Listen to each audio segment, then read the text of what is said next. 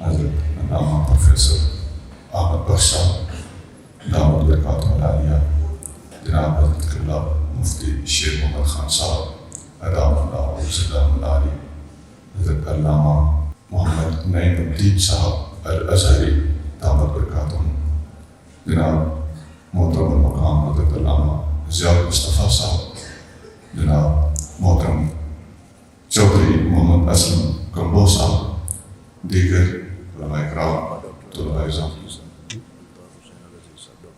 جی حضرت علامہ الطاف حسین الازہری صاحب شیخ الحدیث، اللہ تعالیٰ ان سب کا سایہ ہمارے سروں پر قائم دائم رکھے اور ہمیں ان سے مستفید ہوتے رہنے کی توفیق عطا فرمائے۔ فقیر کے ذمہ مقدمہ صحیح مسلم، اس کا خلاصہ، اس کا نچوڑ اور امام مسلم کہ یہ جو انفرادی کارنامہ ہے اس کے اہم گوشوں پر روشنی ڈالنا ہے۔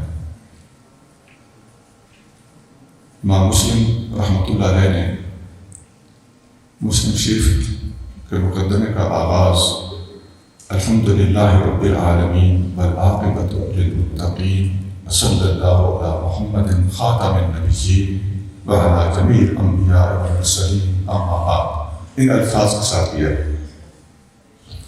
اب ان الفاظ میں سے ہر لفظ اور ہر جملے پر شارحین نے بہت کچھ لکھا ہے، لیکن یہ الفاظ اور متن سن کر ہی اہل علم کو کافی سارا شرح صدر حاصل ہو سکتا ہے۔ مقدمہ سے مسلم کہ اس خلاصے کو ہم نے 5 حصوں پر تقسیم کیا ہے، ذرا توجہ رکھنی ہے۔ وہ 5 حصے پہلے خلاصے کے طور پر، اور ان 5 حصوں کے عنوانات ذہن نشین کرانے کی غرض سے پہلے عرض کر دیتا ہوں۔ پہلا حصہ ہے مقدمہ صحیح مسلم کا تعارف، دوسرا حصہ ہے راویوں کی اقسام اور ان کے مراتب، تیسرا حصہ ہے سند کا ثبوت اور اس کی ضرورت، چوتھا حصہ ہے حدیث معنعن، یعنی جو ان کہہ کر حدیث روایت کی جاتی ہے، ان فلاں، اس کی فنی حیثیت، اور 5واں حصہ ہے من گھڑت احادیث پھیلانے والے لوگوں کی اقسام۔ میں ریپیٹ کر دیتا ہوں۔ نمبر 1 مقدمہ صحیح مسلم کا تعارف، نمبر 2 راویوں کی اقسام اور ان کے مراتب، نمبر 3 سند کا ثبوت اور اس کی ضرورت، نمبر 4 ان سے روایت کی گئی حدیث یعنی حدیث معنعن کی فنی حیثیت، اور نمبر 5 من گھڑت احادیث پھیلانے والے لوگوں کی اقسام۔ یہ 5 چیزیں جب آپ نے سن لی تو ان میں سے ایک ایک کر کے ہم ہر ایک پر مختصر سی گفتگو کریں گے۔ پہلی چیز ہے مقدمہ صحیح مسلم کا تعارف۔ امام مسلم رحمہ اللہ کے ایک شاگرد ابو اسحاق ان کا نام ہے، انہوں نے امام مسلم سے درخواست کی کہ کوئی ایسی کتاب لکھ دیجیے جس میں عقائد، احکام، حلال حرام، ترغیب ترہیب وغیرہ کے موضوعات پر صحیح احادیث تکرار کے بغیر جمع کر دی گئی ہوں، احادیث بھی صحیح ہوں اور تکرار بھی نہ ہو، تاکہ کتاب مضبوط بھی رہے احادیث صحیح ہونے کے حوالے سے، اور مختصر بھی رہے تکرار نہ ہونے کے حوالے سے۔ امام مسلم رحمۃ اللہ علیہ نے طالب علم کی اس درخواست کو منظور کرتے ہوئے صحیح مسلم کو مرتب فرمایا۔ طلباء کی درخواست کو اگر درخواست معقول ہو تو قبول کرنا ہر دور میں علماء کا طریقہ رہا ہے۔ جیسے امام غزالی رحمۃ اللہ علیہ نے کتاب ایھا البلد کسی طالب علم کی درخواست پر لکھی تھی۔ حضور داتا صاحب حضرت سید علی حجویری رحمۃ اللہ علیہ نے کتاب کشف المحجوب بھی ایک طالب کی درخواست پر مرتب فرمائی تھی۔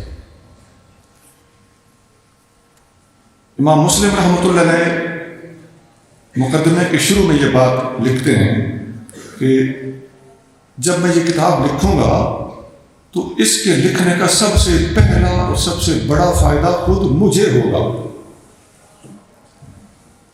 اول من یصیبہ نفع ذلک ایای خاصۃ قبل غیرہ من الناس.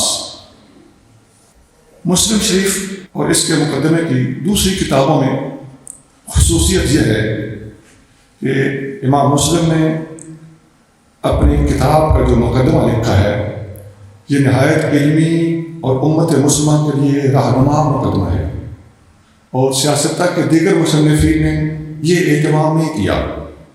یہ صحیح مسلم کی وجہ امتیاز ہے. یہ مقدمہ عام طور پر مشکل سمجھا جاتا ہے اور بعض اوقات طلباء کو پڑھائے بغیر مسلم شریف شروع کرا دی جاتی. میں یہ بعض اوقات کہہ رہا ہوں، ہر جگہ نہیں. لیکن اگر تھوڑی سی توجہ کی جائے تو یہ مقدمہ ہرگز مشکل نہیں ہے، بلکہ اس موضوع پر دلچسپی رکھنے والوں کے لیے نہایت دل خوش کن، بصیرت افروز اور علمی ذخائر پر مبنی ذخیرہ ہے. یہ میں نے اختصار کے ساتھ مقدمے کا تعارف آپ کی خدمت میں رکھا. آپ کو وہ 5 پوائنٹ یاد ہوں گے. ان میں دوسرا پوائنٹ کیا تھا؟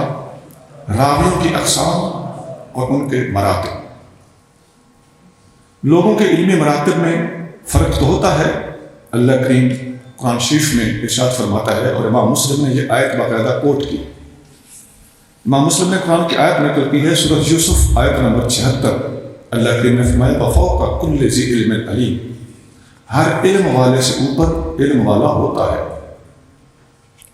اور ام المومنین سیدہ عائشہ صدیقہ رضی اللہ تعالی عنہا مرفوع حدیث روایت کرتی ہیں کہ امرنا رسول اللہ صلی اللہ علیہ وسلم، ہمیں نبی کریم صلی اللہ علیہ وسلم نے حکم دیا تھا ان ننزل الناس منازلہم، کہ ہم لوگوں کو ان کے مرتبے میں رکھا کریں. تو یہ آیت، یہ حدیث بتاتی ہے کہ لوگوں میں علمی مراتب بہرحال ہوتے ہیں اور ان کا لحاظ رکھنا پڑے گا. اب اس آیت، اس حدیث کو مد نظر رکھتے ہوئے امام مسلم رحمۃ اللہ علیہ نے راویوں کی 6 اقسام بیان کی. پہلی قسم ہے ثقہ اور درجہ اول کے ثقہ راوی. ثقات میں بھی امام مسلم نے 2 درجے بنائے. تو درجہ اول کے ثقہ راوی، ان میں امام مسلم نے مثال کے طور پر 3 حضرات کا ذکر فرمایا: منصور بن معتمر، سلیمان الاعمش، اسماعیل بن ابی خالد. نمبر 2 دوسرا درجہ کے ثقات، ان میں بھی 3 کا ذکر کیا ہے: عطا بن صائب، یزید بن ابی زیاد، لیث بن ابی سلیم. تیسرے نمبر پر ضعیف راویوں کا ذکر فرمایا. یہ جو مسلم شریف پاکستان میں قدیمی کتب خانے کی چھپی ہمارے پاس ملتی ہے، اس کے صفحہ نمبر 13 سے لے کر صفحہ نمبر 20 تک یہ اچھا خاصا طویل مضمون بنتا ہے. امام مسلم نے تقریباً 51 ایسے راویوں کا ذکر کیا ہے، باقاعدہ ان کے نام لیے ہیں جو سب کے سب ضعیف ہیں. نمبر 4 موضوع احادیث بیان کرنے والے لوگ. ان میں امام مسلم نے 4 بندوں کا ذکر کیا ہے: عبداللہ بن مسور مدائنی، عمر بن خالد، عبد القدوس شامی، محمد بن سعید مسلوب. نمبر 5 منکر احادیث کے راوی. پہلے تو امام مسلم نے منکر حدیث کی تعریف بھی لکھی ہے، تو پھر ان راویوں کا ذکر بھی کیا ہے، نام بھی لیا ہے.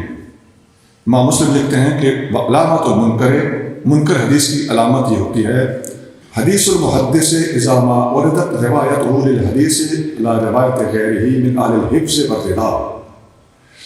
کسی ایسے راوی کی بیان کردہ روایت جس کو معتبر، مضبوط اور حفظ اور رضا کے حاملین اور ان اوصاف کے حامل یعنی ثقہ ترین علماء کی روایت کردہ کسی حدیث کے مقابلے پر جب اس حدیث کو رکھا جائے تو خالفت روایتہ روایتہم، تو اس کی روایت ان معتبر روایات کے مقابلے پر مخالف پڑتی ہو، ان سے ٹکراتی ہو، اور لم تکد توافقها، یا تطبیق کی کوئی صورت نہ نکلتی ہو، تو ایسی حدیث کو منکر کہا جاتا ہے۔ یہ پاکستانی مسلم شریف کے صفحہ نمبر 5 پر عبارت موجود ہے۔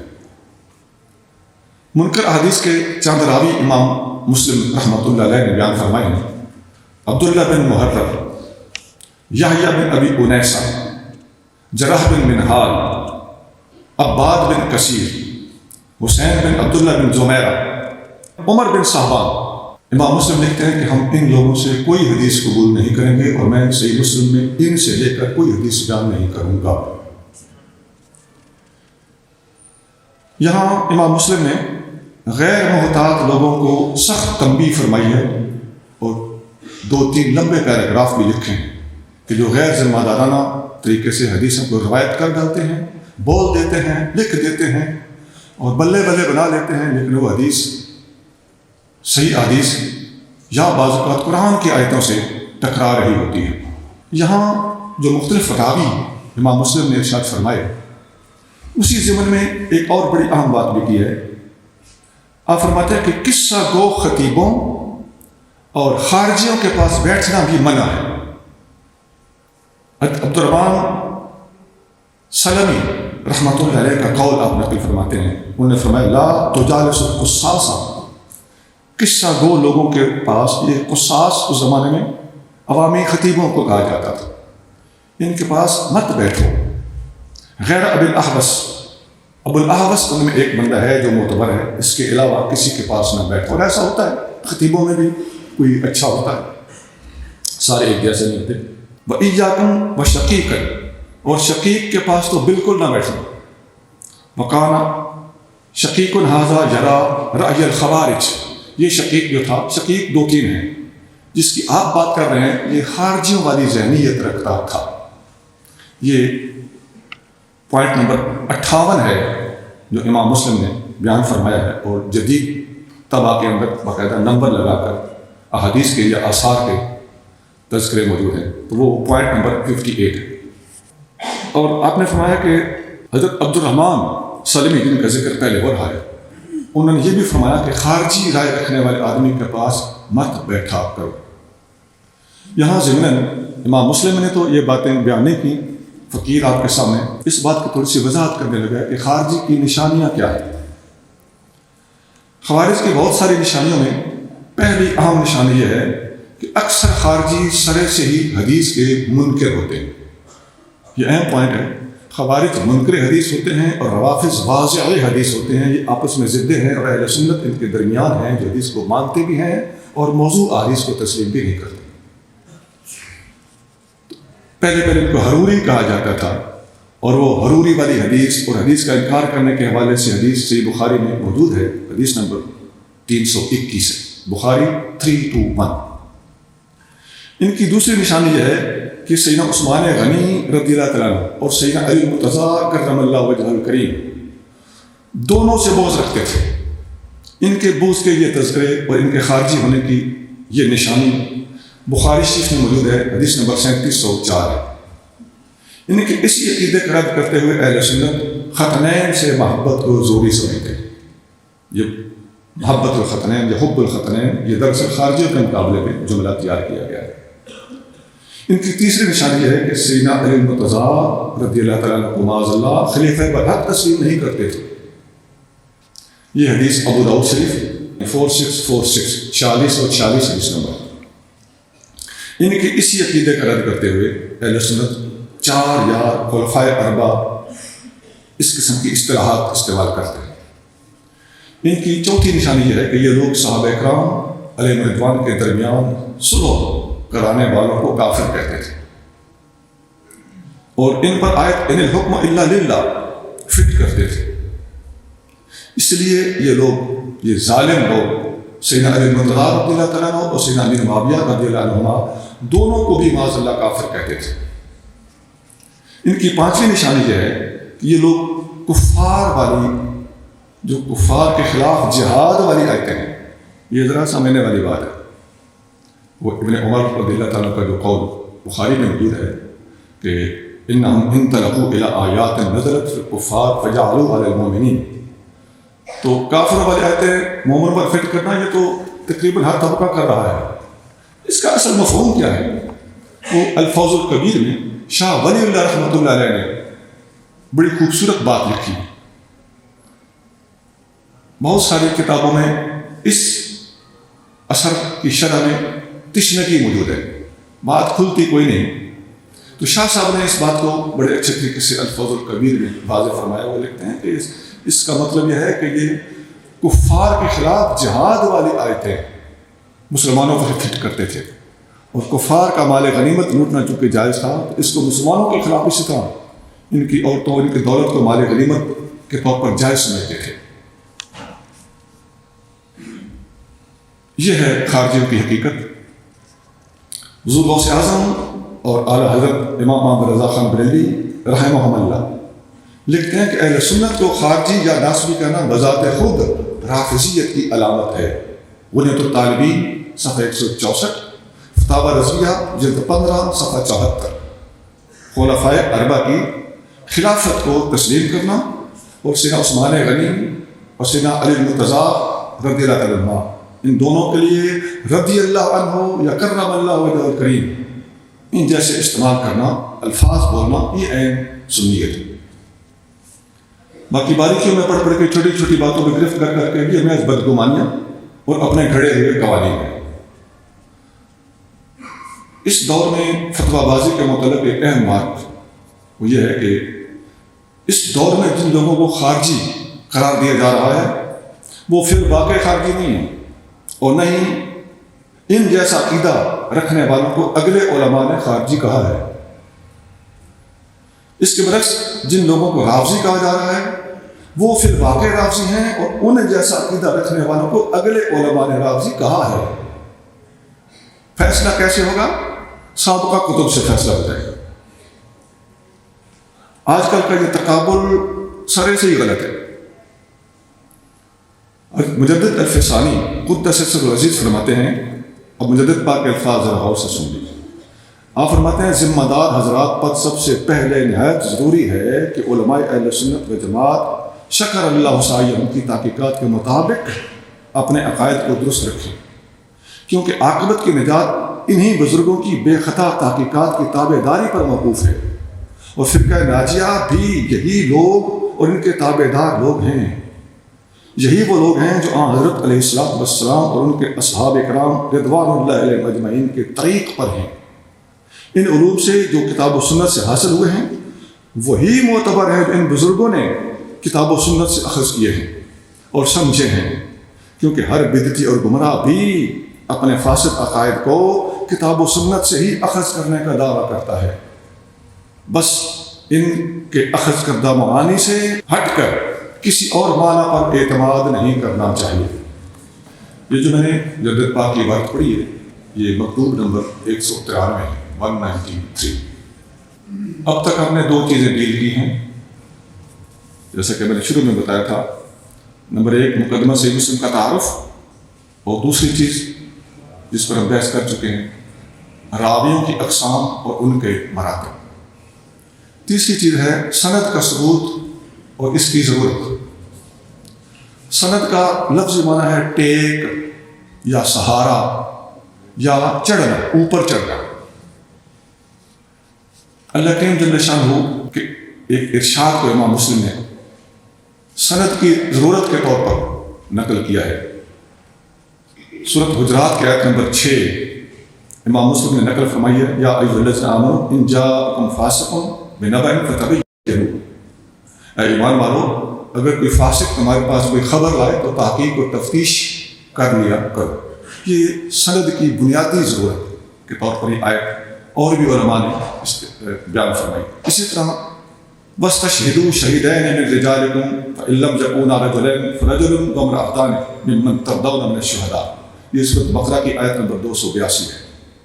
اور وَأَشْهِدُوا ذَوَيْ عَدْلٍ مِنكُمْ یہ سورۃ طلاق کی آیت نمبر 2 ہے. یہ 3 آیتیں امام مسلم رحمۃ اللہ علیہ نے سند کی ضرورت کے طور پر اور ضرورت کے ثبوت کے طور پر بیان فرمائی. اس کے بعد امام مسلم حدیثوں کی طرف آئے ہیں کہ سند کی ضرورت احادیث سے کیسے ثابت ہے۔ نبی کریم رؤوف رحیم صلی اللہ علیہ وسلم کی حدیثیں امام مسلم نے نقل کی ہیں، من کذب علی متعمدا فلیتبوأ مقعدہ من النار۔ یہ حدیث امام مسلم نے تھوڑے تھوڑے لفظی فرق کے ساتھ کثرت سے بیان کی ہے، بہت سے طرق اور اسانید اس کی بیان فرمائی ہے کہ جس نے نبی کریم صلی اللہ علیہ وآلہ وسلم پر جان بوجھ کر جھوٹ باندھا وہ اپنا ٹھکانہ جہنم میں سمجھ لے۔ یہ حدیث بخاری، مسلم، ترمذی اور بے شمار کتابوں میں موجود ہے، اور اس حدیث کو روایت کرنے والے بہت سارے صحابہ اکرام ہیں، اور یہ حدیث درجہ تواتر کو پہنچی ہوئی۔ اس کو سیدنا عمر بن خطاب، سیدنا علی بن ابی طالب، سیدنا عبداللہ بن مسعود، سیدنا زبیر بن عوام، سیدنا عبداللہ بن عمرو بن عاص، سیدنا سلمان، سیدنا انس بن مالک، سیدنا ابو ہریرہ، سیدنا ابن عباس، سیدنا حفص بن عاصم، سیدنا مغیرہ بن شعبہ رضی اللہ تعالیٰ عنہم، انہوں نے اس حدیث کو روایت کیا ہے۔ ابن عباس کا قول بطور خاص قابل بیان ہے، باقی باتیں تو میں شارٹ کر گیا ہوں۔ ابن عباس رضی اللہ تعالیٰ کا قول امام مسلم نے نقل کیا ہے، فلما رکب الناس الصعب والذلول، جب لوگ ہر اونچی نیچی جگہ پر چڑھ نکلے، مراد ان کی یہ ہے کہ کچی پکی باتیں کرنے لگے، احادیث کا نام لے کر گھڑی ہوئی باتیں بیان کرنے لگے، لم ناخذ من الناس الا ما نعرفه، ہم نے لوگوں سے حدیثیں لینا اس شرط کے ساتھ چھوڑ دیا کہ ہماری تحقیق کے مطابق اور ہمارے معیار پر پوری اترے گی تو ہم لیں گے، نہیں تو ہم نہیں لیں گے۔ وقال ابن سیرین، تابعی ہیں ابن سیرین رحمہ اللہ، ان کا قول امام مسلم نے نقل کیا ہے، ان ھذا العلم دین، یہ علم دین ہے، فانظروا امن تاخذون دینکم، غور کر لیا کرو تم دین کس سے حاصل کر رہے ہو۔ اور عبداللہ بن مبارک بہت بڑے صوفی بزرگ گزرے ہیں، ان کا قول امام مسلم نے نقل کیا ہے، لولا الاسناد لقال من شاء ما شاء، اگر سندیں نہ ہوتی، ان حدیثوں کو لیتے وقت سند کا نظام رائج نہ کیا جاتا تو جس کی مرضی ہوتی اور جو مرضی ہوتی کہتا پھرتا۔ خیر، امام مسلم نے اپنے مقدمے میں اس موضوع پر لمبی تفصیل سے بحث فرمائی ہے، تو اس لیے ہم نے بھی اس موضوع پر چند تصریحات پیش کی ہیں۔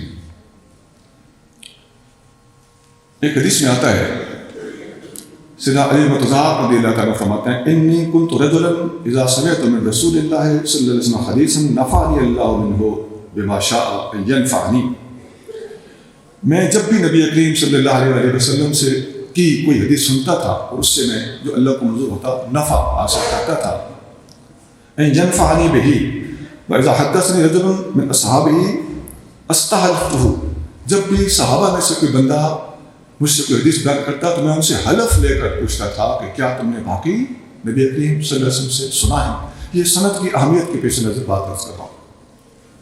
فضا حلف لی صدقتہ، جب وہ حلف اٹھاتے تو میں تصدیق کر دیتا۔ وَإِنَّهُ حَدَّثَنِي أَبُو بَكْرٍ رضی اللہ عنہ، مگر ابو بکر صدیق نے مجھے ایک حدیث بیان کی ہے، وصدق ابو بکر، اور میں حلف کے بغیر ہی اس پر اعتماد کرتا ہوں۔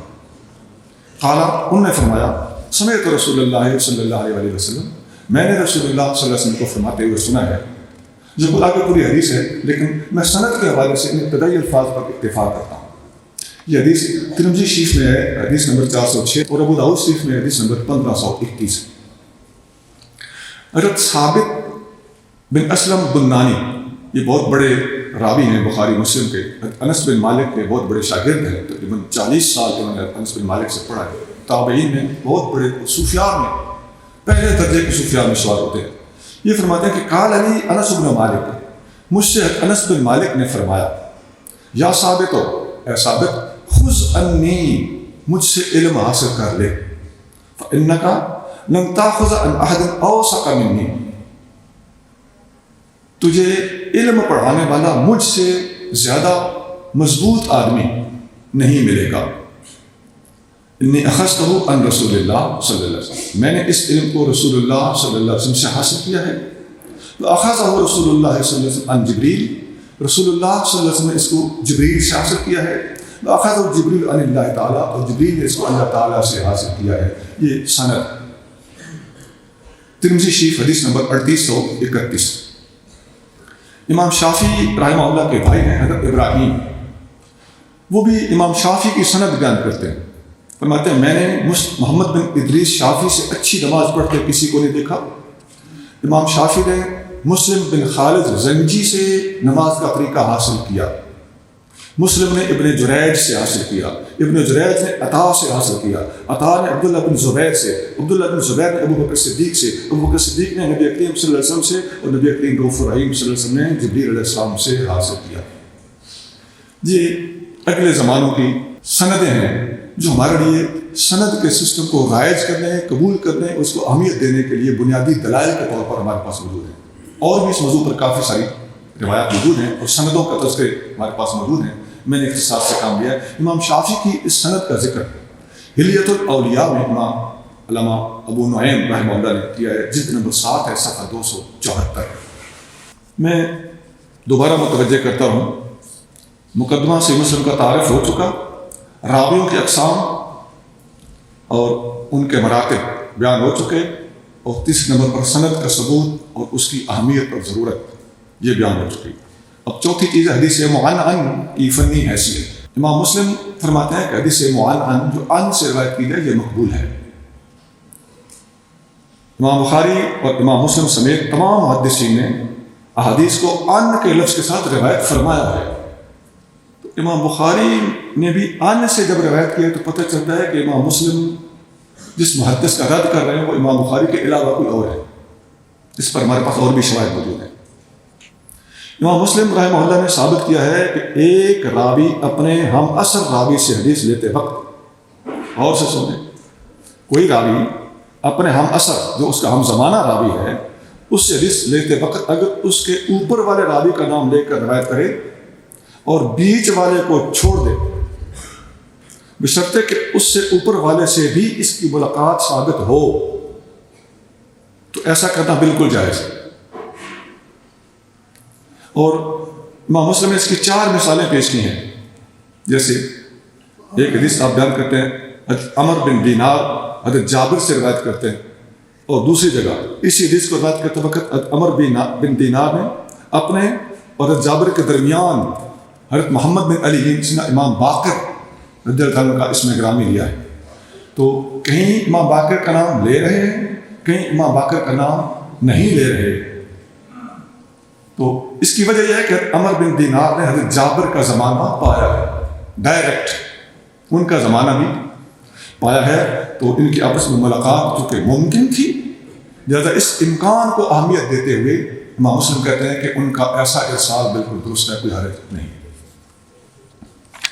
اس کی ایک اور مثال دیجیے، عبداللہ بن عباس رضی اللہ تعالیٰ عنہ کا صحابی ہونا یہ تو شک و شبہ سے بالا ہے، ہر کوئی مانتا ہے، لیکن انہوں نے نبی کریم صلی اللہ علیہ وسلم صرف چند حدیثیں براہ راست سے روایت کی، ابن عباس رضی اللہ تعالیٰ عنہ، باقی ہزاروں احادیث جن کے وہ راوی ہیں اور کثیر التعداد احادیث کے راوی ہیں، انہوں نے یہ باقی ساری حدیثیں دوسرے صحابہ سے لی، اور ان روایات کو پیش کرتے وقت بہت دفعہ ایسا ہوتا ہے کہ آپ صحابی کا نام نہیں لیتے اور کہیں صحابی کا نام لیتے ہیں، جیسے حدیث بخاری میں حدیث نمبر 5 ہے، تو آپ صحابی کا نام لیے بغیر سورۃ قیامت کے بارے میں جو نبی کریم صلی اللہ علیہ وسلم کی حدیث ہے، لا تحرک بھی لسانک لتعجل بھی، حضور کریم صلی اللہ علیہ وسلم جلدی جلدی اپنی مبارک زبان کو حرکت دیتے تھے تاکہ قرآن کو یاد کر سکے۔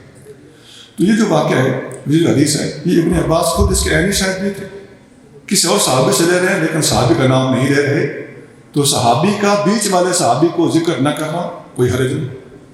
یہ امام مسلم نے مقدمہ کے صفحہ نمبر 23 وہ جو پاکستان کا چھپا ہوا، صفحہ نمبر 23 اور 24 پر اس کی 16 مثالیں بیان کی، اور حضرت ابن عباس رضی اللہ عنہ کبھی صحابی کا نام لیتے بھی ہیں، جیسے بخاری کے حدیث نمبر 581 ہے، اس میں سیدنا فاروق اعظم کا نام لیتے ہیں، فرماتے ہیں کہ حدثنی رجال مردیون، مجھے میری پسند کے مردوں نے حدیث بتائی، وارضاہم عندی عمر، ان میں میرا سب سے پسندیدہ استاد عمر فاروق ہے۔ تو یہاں صحابی کا نام لیا ہے، بلکہ بہت سارے صحابہ کا نام لیا ہے، آگے تب حدیث کا متن آتا ہے، لیکن یہ بنیادی الفاظ دکھانا اس وقت ہمارا مقصود ہے۔ کبھی ایسے صحابی سے بھی روایت لی جا سکتی ہے جو اپنے کفر کے زمانے کا واقعہ بیان کرتے ہیں، لیکن بعد میں مسلمان ہو گئے تو صحابی ہوئے، تو ان کا اس زمانے کا کوئی واقعہ بیان کرنا یہ بھی بالکل معتبر ہوگا. جیسے بخاری شریف حدیث نمبر 7 ہے جس کو ابو سفیان رضی اللہ تعالیٰ عنہ نے روایت کیا ہے کہ ہرقل رسول اللہ ہے، تو اس کے دربار میں کیا کیا گفتگو ہوئی، ہرقل نے کیا کیا سوال کیے اور ابو سفیان نے اس کے کیا کیا جواب دیے. 10 سوال تھے، 10 جواب ہیں. بڑی دلچسپ اور نبی کریم صلی اللہ علیہ وسلم کی شان عظمت سے لبریز حدیث ہے. لیکن یہ ایک صحابی بیان کرتے ہیں، لیکن اس زمانے کی بات کرتے ہیں جب وہ ابھی مسلمان نہیں ہوئے تھے. یہ بخاری کی حدیث نمبر 7 ہے. تو یہاں سے یہ بات بھی واضح ہوتی ہے کہ اگر کوئی بھی صحابی اپنے کفر کے زمانے کی کوئی بات مسلمان ہونے کے بعد روایت کریں تو یقیناً معتبر ہوگی. جیسے اور بھی اس کی مثالیں ملتی ہیں. حضرت مسیب رضی اللہ تعالیٰ عنہ کی روایت ہے بخاری میں حدیث نمبر 1360 اور مسلم میں حدیث نمبر 133 اور نسائی میں حدیث نمبر 2034. مسیب ہیں، اس وقت مسلمان نہیں تھے، مسلمان ہونے کے بعد روایت کرتے ہیں، تو وہ روایت بھی حضرت ابو سفیان کی روایت کی طرح اور دیگر ایسے روایات کی طرح معتبر مانی گئی ہے. اسی طرح اگر کسی راوی نے خود نبی کریم صلی اللہ علیہ وسلم کا زمانہ پایا ہو لیکن روایت کرتے وقت درمیان میں کسی صحابی کا حوالہ دیتے ہوں، تو اب ان کی ملاقات اس صحابی کے ساتھ ثابت نہ بھی ہو تو اس کی حدیث کو مسند تسلیم کیا جائے گا، اس میں انقطاع یا ارسال نہیں کہا جائے گا. جیسے قیس بن ابی حازم نے نبی کریم صلی اللہ علیہ وسلم کا زمانہ پایا ہے لیکن روایت کرتے وقت بیچ میں ابو مسعود انصاری کا نام دیتے ہیں. اب ایسی حدیث بالکل درست ہوگی. ہاں، یہ معنن حدیث کے بارے میں بہت اہم بات جو امام مسلم نے لکھی ہے وہ یہ ہے کہ اگر کوئی مدلس آدمی ان کہہ کر حدیث کو روایت کرے تو اس پر اعتماد نہیں کیا جائے گا. اب معنن حدیث یا ان کہہ کے روایت کی گئی حدیث یہ تو آسان لفظ ہے. مدلس کون ہوتا ہے کہ مدلس کی معنن حدیث معتبر نہیں ہوگی. مدلس وہ ہوتا ہے جو ارسال کرے اور ارسال کرتے وقت ایسا لفظ استعمال کرے جس سے ارسال پوشیدہ ہو جائے. اس طریقے سے ڈنڈی مار کے بات کرے کہ سننے والے کو یہ باور کرا دے کہ جیسے اس نے خود سنی تھی حالانکہ بیچ میں کوئی راوی موجود ہے. یعنی سماع کا احتمال ظاہر ہو رہا ہو، ایسی اٹکل کرے تو ایسے راوی کو مدلس کہا جاتا ہے. یا ایسا بھی ہو سکتا ہے کہ اپنے کمزور استاد کو بیچ میں سے چھپا کر استاد کے استاد کا نام لے کر روایت کرے تو عیب چھپانے کے سارے حربے تدلیس کہلاتے ہیں. جیسے عن فلان قال فلان. اب قال فلان میں یہ صراحت وہ نہیں کر رہا کہ میں نے خود سنا ہے، تو اس کے اندر چونکہ پوشیدگی کا امکان اور واضح طریقہ واردات موجود ہے لہذا ایسے راوی کو مدلس کہا جائے. تدلیس کا لفظ معنی ہے عیب چھپانا. اس سے ساری بات آپ کو سمجھ آ جائے گی. عیب چھپانے کا طریقہ کچھ بھی، ایک سے زیادہ طریقے علماء نے تدلیس کے لکھے ہیں. میں نے آسان 2 طریقے بتائے. تو تدلیس کا لفظ معنی ہے عیب چھپانا. کہا جاتا ہے دلس البائع، چیز بیچنے والے نے اپنی مبی یعنی بیچی جانے والی چیز کا عیب چھپایا. یہ تدلیس کا لفظی معنی. اب تک ہم نے 4 چیزیں پڑھ لی. معذرت کے ساتھ میں بار بار آپ کو ساتھ لے کے چلنے کے لیے ریپیٹ کرتا رہتا ہوں. مقدمہ صحیح مسلم کا تعارف بھی ہو گیا، راویوں کی اقسام ان کے مراتب بھی ہو گئے، سند کا ثبوت اور اس کی ضرورت و اہمیت بھی ہو گئی، اور حدیث معنن کی فنی حیثیت یہ بھی ہو. اب آخری پوائنٹ ہے ہمارا، من گھڑت احادیث پھیلانے والوں کی مختلف اقسام. امام مسلم رحمہ اللہ نے مقدمہ کے صفحہ نمبر 5 اور 23 پر محدثین کے لیے اہل الحدیث کا لفظ استعمال فرمایا. اہل حدیث کسی مذہب کا نام نہیں ہے بلکہ علم حدیث کے ماہرین کو اہل حدیث کہا جاتا ہے.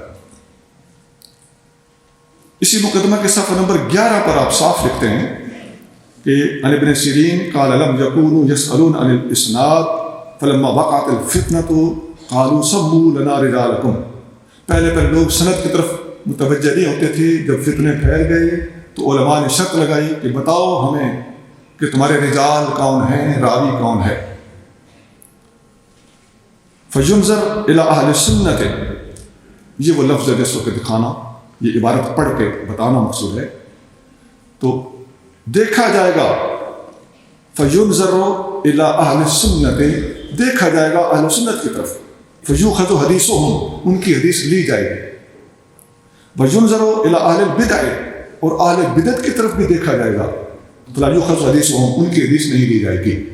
تو اہل سنت کی حدیث لی جائے گی, اہل بدعت کی حدیث نہیں لی جائے گی. اہل بدعت کوئی بھی ہوں, جبری ہوں, قدری ہوں, رافضی ہوں, خارجی ہوں, اہل سنت کے مقابلے پر اہل بدعت کا لفظ بول کر اہل بدعت تمام کے تمام غیر معتبر ٹھہرا دیے اور اہل سنت کو معتبر قرار دیا. اور یہ اشارہ بھی دے دیا کہ خود امام مسلم اہل سنت ہیں, اور اہل حدیث پھر کیا ہے, وہ ان کا مصروفیت ہے, وہ ایک فن ہے جس کے اندر ان کو مہارت حاصل. اب من گھڑت حدیث پھیلانے والوں کے مختلف اقسام جو ہم نے اس وقت چھیڑی ہیں, ان میں پہلی قسم ہے حدیث گھڑنے والے روافظ.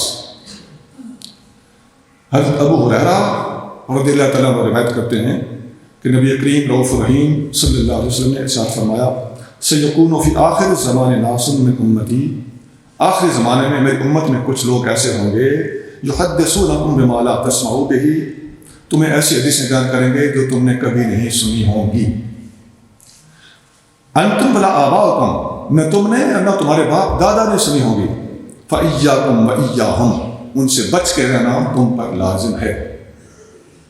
یہ حدیث مسلم شریف کے مقدمہ میں حدیث نمبر 15 اور 16 دو جگہ پر موجود ہے. امام مسلم نے مقدمہ کے صفحہ نمبر 14 اور 15 پر یہ بات بھی بیان فرمائی ہے کہ ان ابراہیم, حضرت ابراہیم نخعی کی بات کر رہے ہیں, ان الحارث قال, حارث نے کہا, تعلمت القرآن فی 3 سنین, میں نے قرآن 3 سال میں پڑھا ہے. والوحی فی 2 اور وحی 2 سالوں میں پڑھی ہے. اور قال الوحی فی 3 سنین والقرآن فی 2, یا شاید اس کے برعکس کہا کہ وہی 3 سال میں اور قرآن 2 سال میں پڑھا. یہ جو حارث تھا اس کے بارے میں امام مسلم نے لکھا ہے کہ یہ رافضی تھا اور وہی اور قرآن میں فرق کرتا تھا, اور وہی اس کو کہتا تھا جو اہل بیت کے پاس کوئی خاص مخصوص قسم کا پوشیدہ علم تھا جو نبی کریم صلی اللہ علیہ وسلم نے خدا نخواستہ کسی اور کو نہ دیا. اس کے بعد امام مسلم نے حضرت عبداللہ بن عباس رضی اللہ تعالیٰ عنہ کے چند واقعات نقل کیے ہیں. آپ فرماتے ہیں کہ ابن عباس کے سامنے کسی نے سیدنا علی المرتضیٰ رضی اللہ تعالیٰ عنہ کے فیصلے اور فتوے تحریری طور پر پیش کیے. تو ابن عباس پڑھتے جاتے تھے, پلٹتے جاتے تھے اور کہہ رہے تھے, واللہ ما قضا بہذا علی الا ان یکون ضلا, اللہ کی قسم یہ علی کے فیصلے نہیں ہیں, یہ تو کسی اور آدمی کے فیصلے ہیں جو گمراہ تھا. یہ حدیث نمبر 23 ہے مقدمے کے اندر. اور آگے لکھتے ہیں, وقال رجل من اصحاب علی رضی اللہ تعالیٰ عنہ, علی المرتضیٰ رضی اللہ تعالیٰ عنہ کے شاگردوں میں سے ایک آدمی نے کہا, قاتلہم اللہ ای علم افسدو, اللہ تعالیٰ انہیں تباہ کرے, ان لوگوں نے کتنے حسین علم کو فسادی کر دیا ہے, ملاوٹ کر دی ہے اس نے. یہ امام مسلم نے مقدمے میں حدیث نمبر 25 نقل کی. آگے امام مسلم لکھتے ہیں, قال المغیرۃ لم یکن یصدق علی علی, علی المرتضیٰ رضی اللہ تعالیٰ عنہ کی طرف منسوب باتوں کو بالکل مانا نہیں جاتا تھا.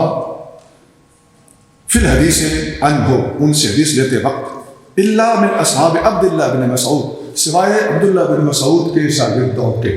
اس کی وجہ یہ تھی کہ ابن مسعود رضی اللہ عنہ مرتضیٰ کریم رضی اللہ عنہ سے پہلے کوفہ میں استاد رہ چکے تھے اور سال تک وہاں پر پڑھایا تھا.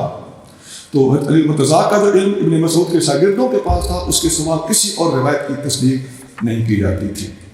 امام مسلم نے آگے یہ بھی لکھا ہے کہ کان الناس یحملون من جابر الجوفی, جابر جوفی سے بھی کچھ لوگ پہلے روایتیں لے لیتے تھے, لیکن بعد میں کیا ہوا, قبل ان یظہر الایمان بالرجعہ, لیکن جب اس نے یہ عقیدہ ظاہر کیا کہ علی رضی اللہ تعالیٰ بادلوں میں چلے گئے ہیں اور دوبارہ واپس آئیں گے, رجعت کا عقیدہ جب اس نے ظاہر کیا تو لوگوں نے اس سے حدیث لینا چھوڑ دیا. ابن مبارک رضی اللہ تعالیٰ سب کے سامنے کہا کرتے تھے, امام مسلم لکھتے ہیں کہ قال ابن مبارک لا رؤوس الناس, سرعام کہا کرتے تھے کیا؟ دعو حدیث عمر بن ثابت فإنه كان يسب السلف، عمر بن ثابت کے حدیث میں ترک کر دو، یہ اگلے بزرگوں کو برا بھلا کہتا ہے۔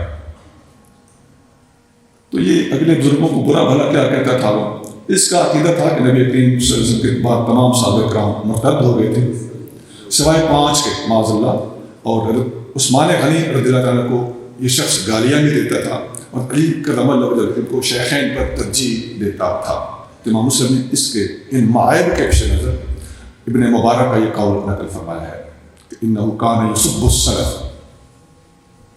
یہ تھی موضوع احادیث بیان کرنے والے یا تیار کرنے والے لوگوں کی پہلی قسم یعنی روافض۔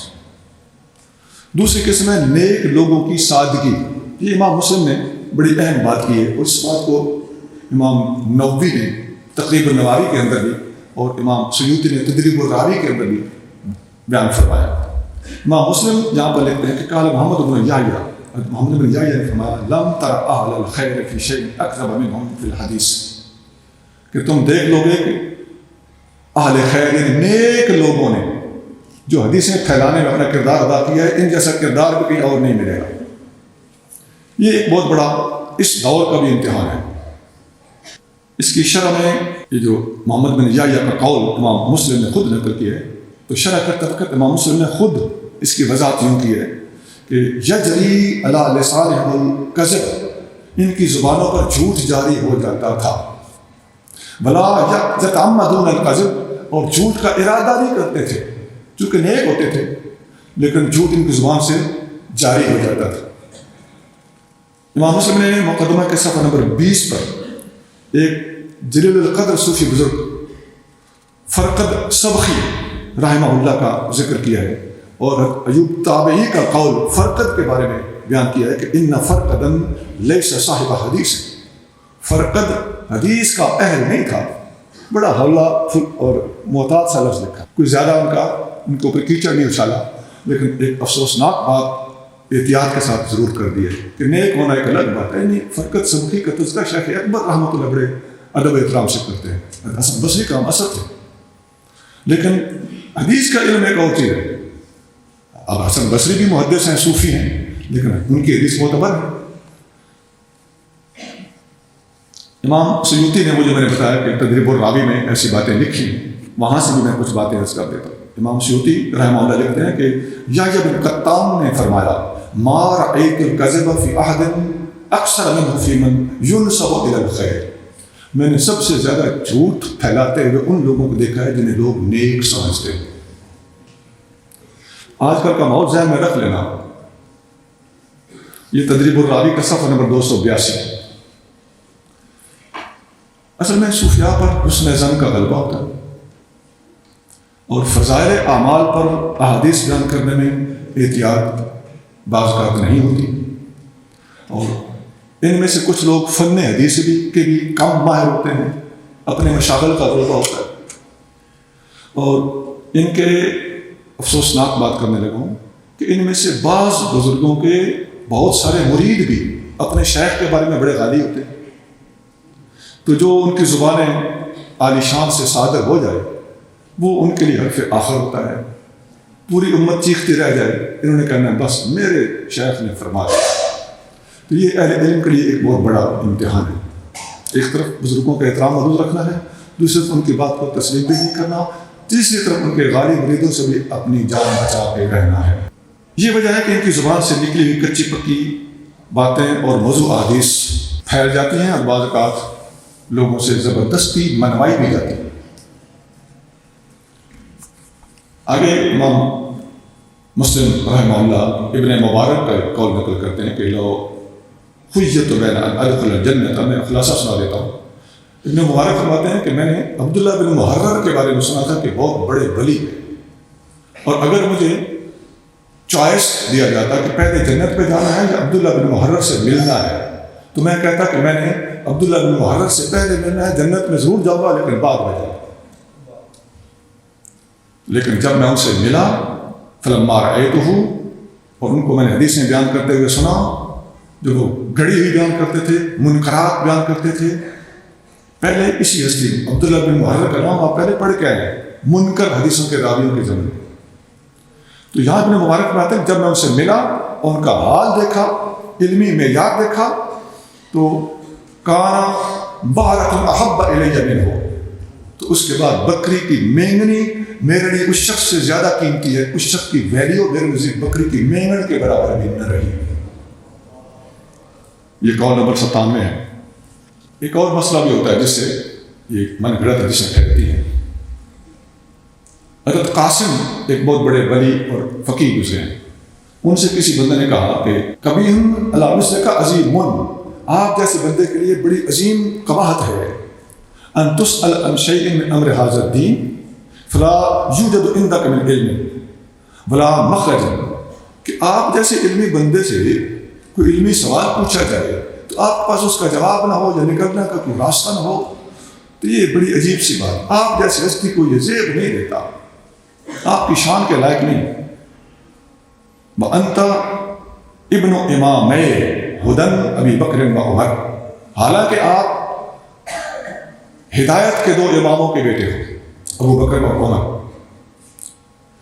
وہ ان کے بیٹے اس طرح تھے کہ یہ قاسم ہے، قاسم بن عبید اللہ بن عبداللہ بن عمر، یہ ان کا ددیالی نسب، اور والدہ صاحبہ کی طرف سے انہی قاسم کی والدہ قاسم بن محمد بن ابی بکر کی بیٹی ہیں. تو صدیق اکبر ان کے ننیالی دادا ہوئے اور فاروق اعظم ان کے ددیالی دادا ہوئے. تو یہ المفہم جو امام قرطبی کی شرح ہے مسلم کی، اس میں جلد نمبر اول صفحہ 127 پر بات لکھی. آپ جیسے بندے کو یہ زیب نہیں دیتا. اب وہ جواب کیا دیتے ہیں؟ آپ فرماتے ہیں اقبح من ذلک عند من عقل عن اللہ، جس کو اللہ نے تھوڑی بھی عقل دی ہے نا، اس کے نزدیک یہ کوئی بڑی بات نہیں ہے. اس سے بڑی کبھی بات یہ ہے ان اقول بغیر علم و آخذ من غیر سکر، اس سے زیادہ خطرناک اور کبھی گندی بات یہ ہے کہ میں علم کے بغیر فتویٰ دار دوں یا کسی غیر ثقہ آدمی سے حدیث قبول کروں. یہ من گھڑت حدیث پھیلانے والوں میں 2 طبقے آپ نے دیکھ لیے. تیسرا طبقہ ہے شاباش کے بھوکے پیشہ ور خطیب. یہ امام مسلم لکھ رہے ہیں کہ قال ایوب لرجل، ایوب ایک دلیل قدر تابعی ہے، انہوں نے ایک آدمی سے کہا بلغنی انک لزمت امرا، مجھے بات پہنچی ہے کہ آپ آج کل امر کا ساتھ دے رہے ہو، اس کے پاس آنا جانا رکھا ہوا ہے. قال نعم یا ابا بکر، انہوں نے کہا ہاں اے ابو بکر. وہ سائل جو تھا اس کا وہ ابو بکر اس کی کنیت تھی. انہ یجیئنا باشیاء غرائب. اب ایوب تابعی کو وہ بندہ جواب دے رہا ہے کہ یہ جو امر جس کا آپ کہہ رہے ہو کہ میرا اس کے پاس آنا جانا ہے، میں اس کے پاس اس لیے زیادہ آ جا رہا ہوں، یہ بڑی عجیب اور غریب روایتیں ہمیں سنا رہا ہے آج کل. قال ایوب نے اس کو جواب دیا انما نفر من تلک الغرائب، ہم انہی عجیب و غریب روایتوں سے بھاگتے ہیں، ہم فرار کرتے ہیں ان باتوں سے. یہ وہ بات ہے جو خطیبوں کے اوپر تنقید کرتے ہوئے امام مسلم نے نقل فرمائی. یہ قول نمبر 76. امام مسلم آگے لکھتے ہیں قال ابو داؤد الطیالسی، امام ابو داؤد طیالسی جو مسند ابی داؤد طیالسی کے مصنف ہیں، انہوں نے فرمایا لقیت انا و عبد الرحمن بن مہدی، میں اور عبد الرحمن بن مہدی ملے. کس سے ملے؟ زیاد بن میمون، زیاد بن میمون سے ملے. فقلنا له، ہم نے اس سے سوال کیا هذه الاحاديث التي ترويها عن انس، یہ جو حدیثیں آپ انس بن مالک سے روایت کرتے ہو ان کی حقیقت کیا ہے؟ ان میں صدق بھی ہے کہ کوئی نہ؟ اچھا. فقال، زیاد بن میمون نے جواب دیا ارأیتما رجلا یذنب فیتوب الیس اللہ یتوب علیہ، آپ کا کیا خیال ہے ایک بندہ غلطی کرتا ہے پھر توبہ کرتا ہے، اللہ اس کی توبہ قبول نہیں کرے گا؟ مطلب کیا تھا؟ زیاد کہہ رہے ہیں کہ میں انس بن مالک سے جھوٹ بول کر ان کا نام لے کر روایتیں بیان کرتا ہوں لیکن میں نے توبہ کر لی ہے، کیا آپ کا کیا خیال ہے اللہ تعالیٰ توبہ قبول نہیں کرتا؟ تو قلنا نعم، ہم نے کہا ہاں توبہ اللہ تعالیٰ مہربان ہے، توبہ قبول فرماتا ہے. قال ما سمعت من انس من ذا قلیلا ولا کثیر، جتنی میں نے روایتیں بیان کی ان میں سے نہ تھوڑی نہ زیادہ میں نے کچھ بھی انس بن مالک سے نہیں لی، میں نے ان سے کچھ بھی نہیں سنا. ان کانا لا یعلم الناس فانتم لا تعلمون، اگر لوگوں کو نہیں پتا تو آپ دونوں کو بھی نہیں پتا کہ میری انس بن مالک سے ملاقات ہی کوئی نہیں. انی لم القا انس، میں انس سے نہیں ملا. یہ قول نمبر 83 مقدمے کے اندر. قال ابو داؤد، امام ابو داؤد فرماتے ہیں، یہی ابو داؤد طیالسی، اس واقعے کے بعد فرماتے ہیں اس کے بعد کیا ہوا؟ آپ فرماتے ہیں فبلغنا بعد انہ یروی، ہمیں بعد میں اطلاع ملی کہ یہ بندہ پھر انس بن مالک کا نام لے کر حدیثیں روایت کر رہا ہے. فاتیناہ، ہم پھر اس کے پاس پہنچ گئے. انا و عبد الرحمن، میں بھی تھا اور وہی پہلے والے عبد الرحمن بن مہدی میرے ساتھ تھے. ہم جب گئے تو فقال اتوب، کہنے لگا میں پھر توبہ کرتا ہوں. ثم کان بعد یحدث، اس کے بعد پھر وہی حرکت انس بن مالک سے حدیث سے روایت کر رہا ہے. فترکناہ، ہم نے اسے ترک کر دیا. اب ترک کرنے کے دو معنی ہیں. ترک کرنے کے ایک معنی ہے کہ ہم سے اس پر اعتماد کرنا ترک کر دیا.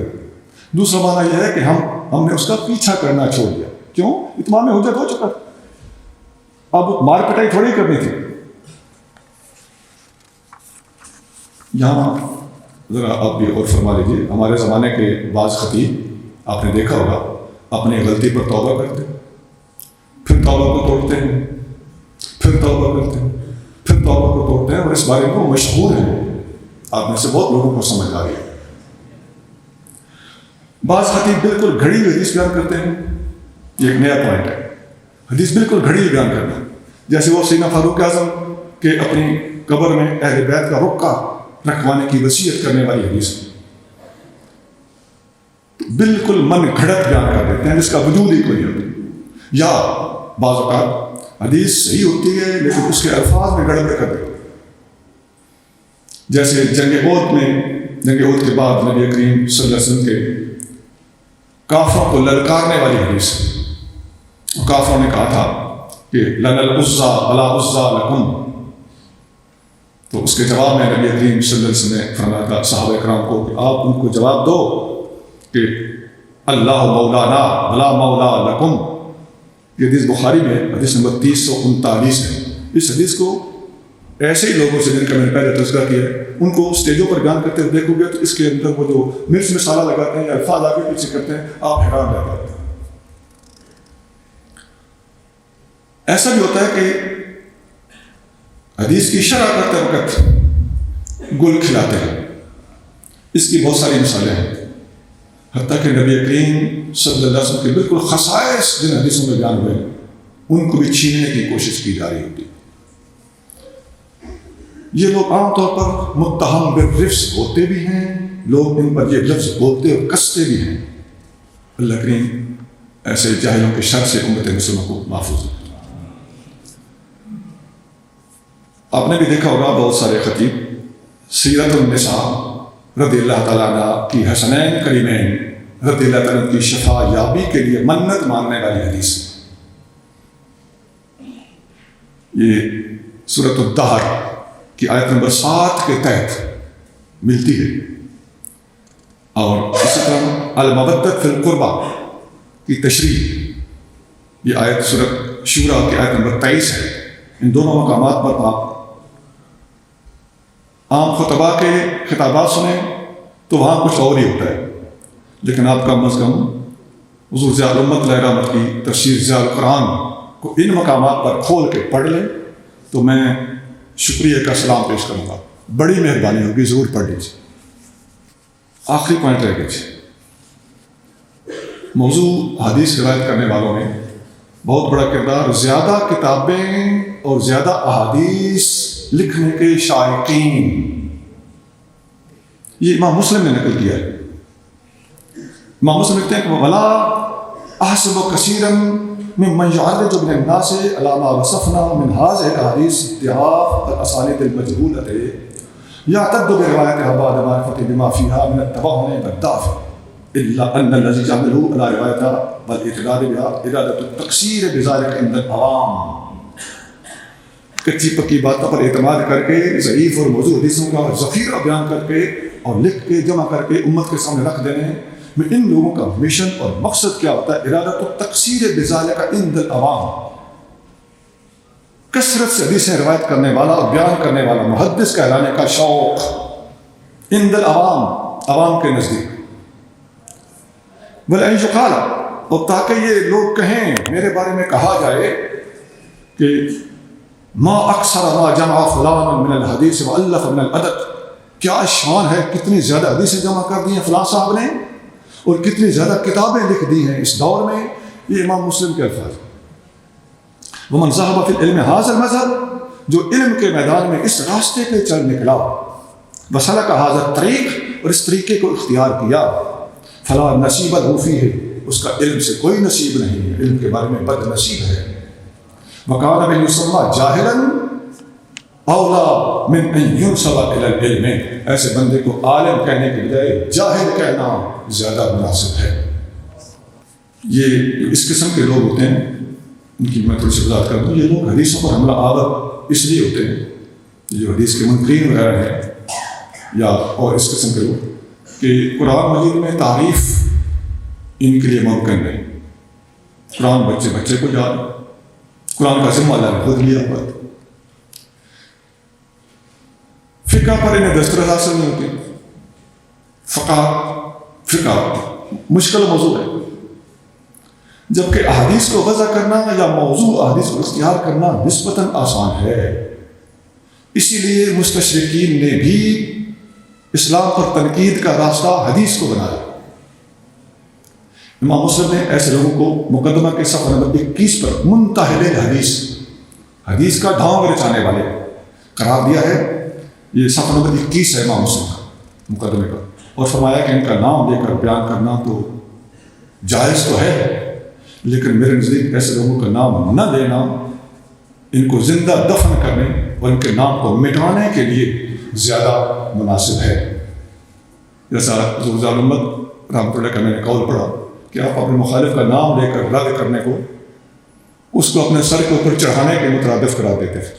یہ محتاط علماء، ذمہ دار علماء اور دور اندیش علماء کا رویہ رہا ہے. آخر میں 5 چیزیں پھر دہرا دیتا ہوں تاکہ اچھی طرح بات ذہن نشین ہو جائے. ہم نے 5 چیزیں پڑھی. مقدمہ صحیح مسلم کا تعارف. نمبر 2 راویوں کی اقسام اور ان کے مراتب. نمبر 3 سند کا ثبوت اور اس کی ضرورت. نمبر 4 حدیث معنعن کی فنی حیثیت. نمبر 5 من گھڑت احادیث پھیلانے والوں کی مختلف اقسام. سبحان ربک رب العزة عما یصفون وسلام علی المرسلین والحمد للہ رب العالمین.